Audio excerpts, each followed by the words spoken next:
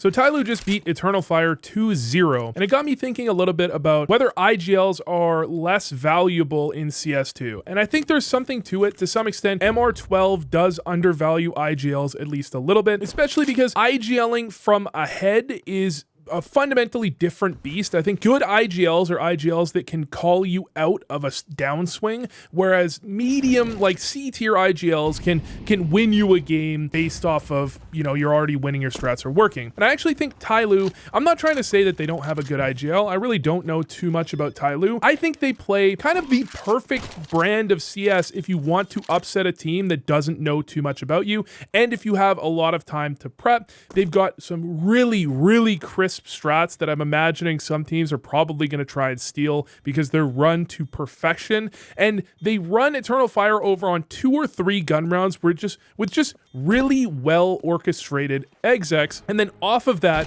they can bring home a few other rounds where they have some individual plays, they have some good calls, things like that. But I mean, even Ash has talked about this recently, where sometimes it can only take one kind of off meta strat that works out, where you can build your half around that and actually get a pretty good upset because the halves are so short. I think as you get later into a game, the more the adjustments throughout the game are going to matter, and that's why the IGLing idea comes up. But to begin with, on a round 3 bye, you're not expecting the CTs to have too much utility. I mean, they're very much lacking in several categories of utility, so they don't have to do anything too crazy. Just make sure they don't succumb to very aggressive plays. They don't get caught off guard if they can at all help it.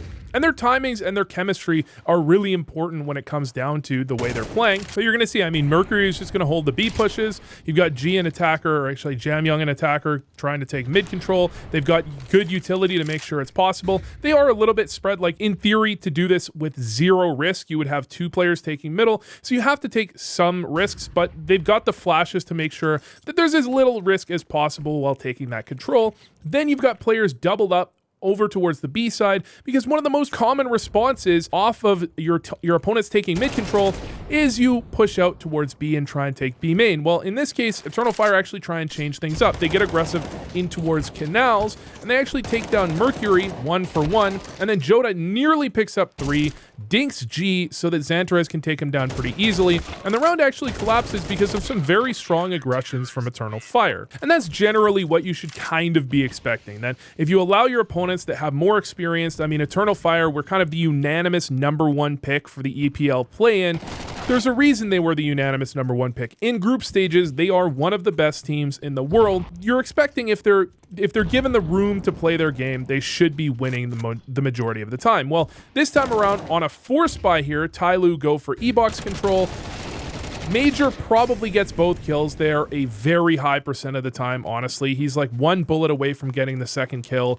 It's FAMAS spray situation, you know? It's one of those rounds where the FAMAS is a little bit hard to control once you get a few bullets into the spray. And then Eternal Fire actually has a really strong retake. They have Wakati is actually going to play as if he's not here for an exceptionally long period of time. So Mercury is incentivized to kind of think, okay, nobody's here. They're really starting to have contact out of Xantarez and Woxic. And of course, this does require Xantarez and Woxic to make contact and get a kill or 2, right? Because if they just die, then there's no reason for Mercury to look back the other direction. But any retake is going to require your players that are going from the heavier side to actually get a kill or 2, so it's not the craziest idea to gamble on. But heading into the second real gun round, this is where you start to see some very aggressive, kind of poppy plays coming out of Tyloo. And there used to be one that I loved on Inferno that operated off of a similar concept as some of these ones that Tyloo are going to be running, because you run through and you either run just as the molly comes down that you threw yourself, or you might take a tick of damage from that molly in order to actually catch your opponents off guard with utility out. But a nice flash for Jamyoung to get the aggressive play, and there's actually a second flash. It's hard to actually notice that there was a second flash unless I look at it from a different POV. But I think the point of this is really to try and catch this player where Xantarez is, falling back towards camera. Because the second flash, which actually ends up blinding Jamyoung because of the way that played out, would have caught that player as he was falling off of the angle, and Jamyoung can go for kind of a double clear to really catch the player there off guard. Instead, he gets 1, which is all he needs, because Major had to pivot over to get the trade, and that means the pop out onto B is very likely to get something done. You need a player to rotate off of B well, not necessarily need, but generally when that type of situation happens in middle, you're probably going to have a player pivot off of B. That's going to open up a space for you to get into the bomb site, and especially the way they ran that, there's a decent chance they can catch that player like as he moves back in thinking he's got a timing and take him down for free. But then they're going to change up the pace because first gun round and the previous round, they didn't pop in quickly. They went a little bit more in the mid round to go for these aggressive plays. But this round, they're going to go for a pop play. And when I say pop play, I'm thinking about plays where your smokes land after you actually get out of the entrance, right? The point is, your opponents very often, the standard response is you see a smoke flying over the bomb site, you throw some counter utility, and so if your opponents have utility, early round execs don't work very well, generally, if you do them in the standard fashion. But if you go for more of a pop play, and you can do this like B on Inferno is a very common one. This is obviously a very effective way to do it sometimes. You go for a pop play like that, your opponents are going to pull out counter utility to try and deal with you. And because they pull out that counter utility, you catch them with nades in their hands, or before that utility actually has a chance to bloom, the molly hasn't actually ticked up in damage, and you get caught. I mean, if you exec that strat, get a pretty much free kill, and then you can have the smokes bloom afterwards to prevent support rotating in. But this is also a pretty interesting style of play that they're going for in the after plant, because they literally smoke themselves off and then just start spamming through the smoke. And that is, I've seen people do that in matchmaking before. That's the first time I've seen it in a pro game, but it's actually kind of genius when you have 3 AKs. You know the bomb's planted in a corner. There's very few angles they can defuse from. You know, people used to do this in like Valorant because you can ping the bomb in Valorant. So you know exactly where it is instead of kind of eyeballing it. But when it's in that much of a corner where there's basically only one spot the CT can defuse from, makes a ton of sense to just spam through a smoke in the same way. But in any case, Eternal Fire go for this play in middle, and Jam Young just picks up an instant 3K. One of the kills was kind of a little bit on the lucky side because he's shooting someone else, and as he kills him, he also kills the guy behind him. And Eternal Fire do a pretty good job. I mean, despite getting 3K'd like that instantly, where you could understand if they don't get a single kill in that, they end up getting 2 kills, and Xantarez picks himself up an AK, right? Like, that's really best case scenario in these types of rounds, but still you end up with Tyloo up 5-3. Now, off the 5-3 round, they've gone some aggressive play towards mid, and aggressive plays towards B, or 2 of them actually, and now they want to go for the aggressive play towards A, and I'd say this is by far my least favorite of their plays. Now, it is obviously capable of catching their opponents off guard. If Wicadia is playing inside of A main, that's probably what this gamble is for, that Wicadia might be disrespecting the A main smoke, but they go for a pop into A main, and then they try and kind of continue the exec. You'll notice the timing, of course, as their A main smoke goes down, that's when they go for it, because if you think about it from a CT perspective, like, you're not smoking off an area that's already smoked off, right? You're going to smoke it once that smoke comes down, or like as it's about to come down. The same with Molotovs. And so if you exec just through it just at the end, you can catch them throwing that type of resmoke. But still, with the way A main works, that one feels like the biggest gamble, that your opponents are playing a certain setup and aren't capable of throwing their counter utility in a quick succession. If you look back, actually, Eternal Fire dropped an extra set of utility to their A players at the beginning of the round. And so they might not have had the counter utility if not for that. And you have to say that Eternal Fire also did a pretty solid job there. I just feel like that's kind of the most gambly of their execs in my eyes, but it doesn't really matter. It's still a good play, just didn't work out that time. Now, I'd say generally the key to these types of playstyles isn't the execs themselves, although maybe that is the key, but one of the keys at least is definitely the idea of knowing how to slow these plays down, throw similar looking utility to the ones you're going to throw on their execs, but use that to gain a lot of control, because your opponents are going to be really antsy in these types of situations to throw counter utility as quickly as possible, be very worried about execs. You can see Eternal Fire aren't really going for any aggressive plays at all. They're just ready to throw counter utility as soon as utility comes in, expecting these types of aggressive pop plays. Now, in this case, Tyloo aren't going to be going for anything together as a team. They're not going to be really going for a 4-1. Actually, one of the main things they're trying for here is they're going to try and get Jam Young to flank through Temple. They've got the flashes directly above camera, that full white Xantarez, so that he can't cover this. They end up having to have Woxic rotate his way over to watch the flank, and at the same time, they're wrapping back around to exec into B, with Mercury having E-box control. Mercury spots out Joda, which means they know they can accelerate in towards B main.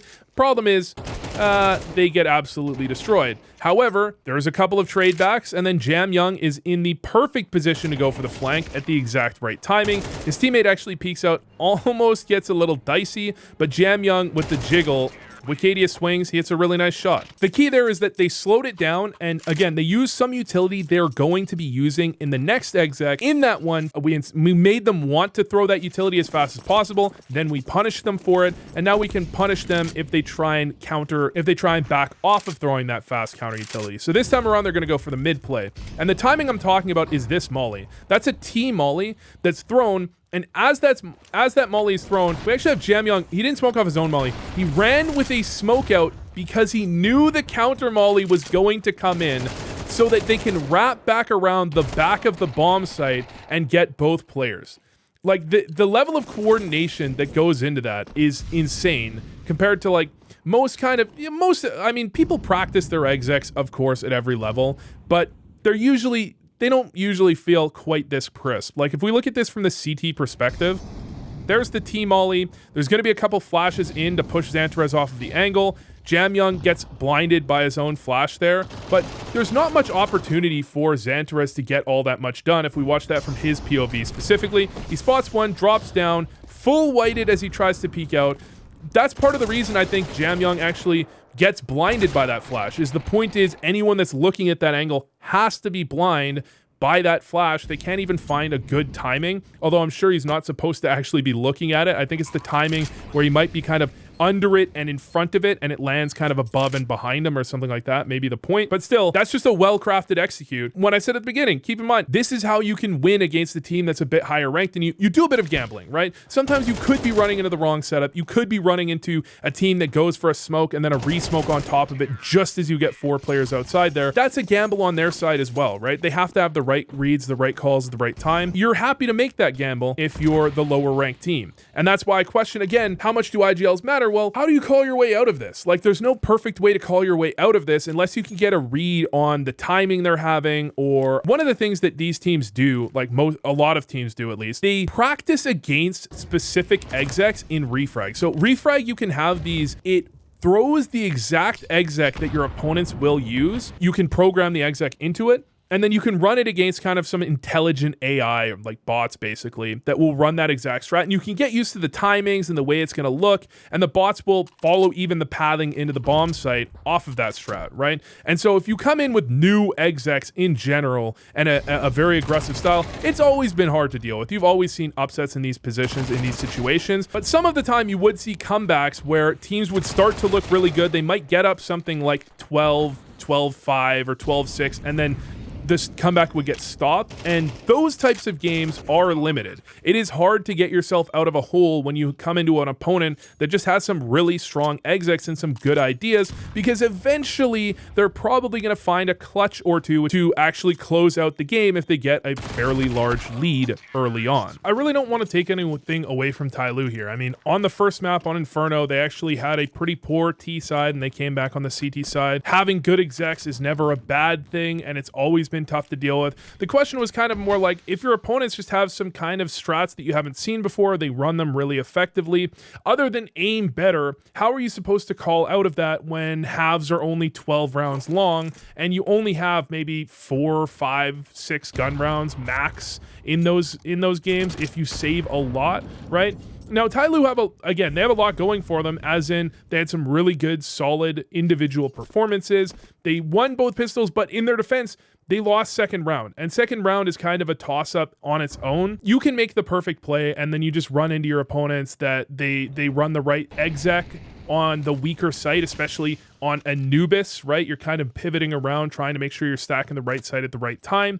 You can run in where they just have an exec at the right moment where you're not quite ready. They hit a really nice shot. There's lots of ways that you can lose those rounds that's not necessarily because you made a bad call. The game should be balanced because losing second round is roughly equivalent or arguably worse than losing pistol. 9-5 scoreline. They go for the force back, and unfortunately for them, Wicadia has just cleared out the entirety of the A site. Bomb gets planted. A lot of the time in this situation, you're looking at maybe how can I save? How can I hold on to these guns? But not only did Eternal Fire get themselves in the right position. They cleared out the A bomb site and got the plant for free. They were also fully ready and prepared to collapse onto Tyloo and not let them save anything. So this is like worst case scenario, essentially. They got 2-ish kills because Xantarez died to the bomb, even though they knew where the last player was, and lost the round. So despite all of that I talked about in the first half, they end up on CT side 9-7 score, right? It's a very close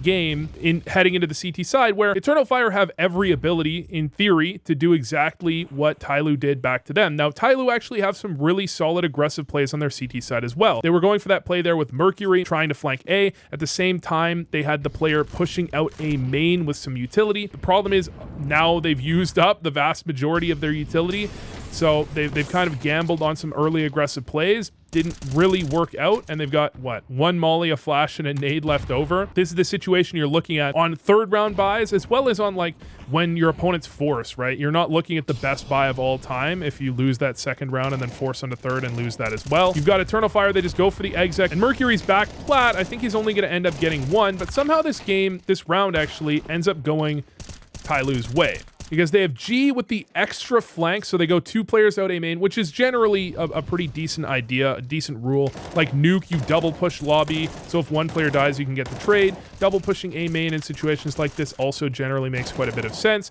And then you have Jamyoung that just shows up and finds, I mean, Jota has the advantage on Jamyoung there. I think he should be getting that kill the vast majority of the time if he replays that 10 times over, just because he's got such an advantage that there shouldn't be a chance for Jamyoung to shoot back. But Jota doesn't get that kill, and Attacker closes it out. Obviously, a couple of smart ideas and good execs by Tyloo on the retake, but also Eternal Fire just try and take a few aim duels, and Tyloo say, hey, by the way, you're not going to out-aim us. We actually are pretty damn good in our own regard. It's not like Eternal Fire just lost both pistols, and then they lose both second rounds, and they lose the first gun round. They have no chance into this game. Especially, like, you look at this one, and you look at Inferno as well. I think this is more impressive than if it was something like a 13-2, where Eternal Fire just never showed up. I'm not sure they were on necessarily their peak aim game, but at the same time, the most common way I see Eternal Fire lose is Xantarez having a bad game. And this isn't a bad Xantarez series. Like,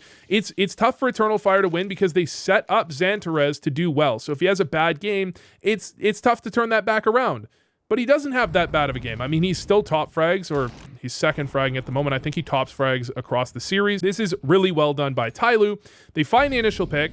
They rotate G around. They move him back over towards B. I think that surely must be an accidental jump.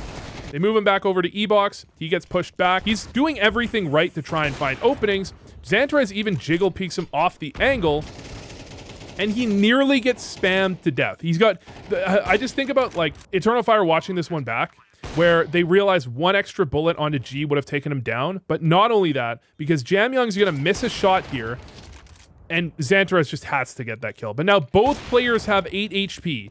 Both players are 8 health each. And Jamyoung does a perfect job jiggling this, like just keeping Jota not at all, like trying to keep him occupied as G walks his way up, because G saw his gun barrel. Really well done to take down the round. But I feel like that's one where Eternal Fire are supposed to win that. Xantarez just has to get the kill onto Jamyoung after Jamyoung misses that shot, just straight up. This is Anubis, and sometimes you can't get around making some plays to take space without great utility at all times. But Jamyoung showing actually exactly what I'm talking about. No flash, just swings out, knows that Xantarez is typically trying to go for mid control very often on his own, throwing that utility without support nearby to prevent that type of aggressive play.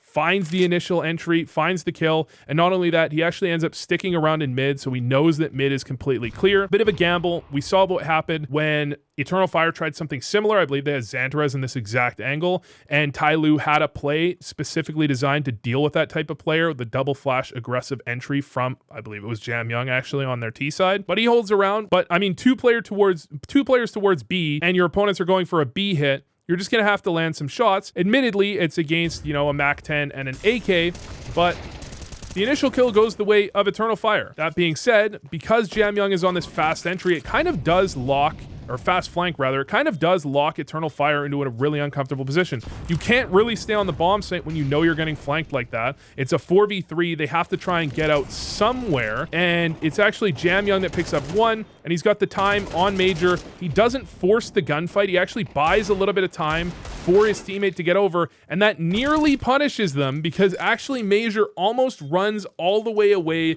and gets out into E-box, but G actually manages to find him at the last second and finish off the kill. I think he clutched both of those. I think that's 2 clutches for him, but 12-8. And now the buy is kind of in tatters for Eternal Fire, right? This should be closing it out, but sometimes your aggressive plays are going to get countered, right? You just walk in, you go for the aggressive play out B main, you have 3 players standing there ready for it. At least one of them dodges the flash, you turn it into a 5v4, and then Eternal Fire are going to have their own variation of this type of A play, where you saw how Tyloo were running it on their T side. This time around, again, admittedly, some of the stacks were in the right places at the right times, but I felt like other teams recently have at times gotten luckier in terms of having the right stacks, the right calls, the right moments than I really think Tyloo were in this game. I think Tyloo did a really solid job. They get the double kill in towards middle, and not only that, but you see the timing where Attacker and Jam Young both wanted to get aggressive to try and isolate that side of the hit so that they could take down the mid play, and then the A main side would not have a chance to get anything done. They didn't overforce it when they didn't find those initial kills. They didn't find them in the position they wanted them to be in. They didn't try and over-aggress and actually get taken down, which is so common, the play that happens in those situations. You commit to a play when you should have canceled it if you hadn't seen them early enough. And that's honestly a really well-played game from Tyloo. But at the same time, I am buying the idea that IGLs aren't necessarily quite as important as they were in CSGO just because it's MR12. Just because you have less time for the losing team to come back into a game and come up with a game plan to solve what their opponents are doing than they used to.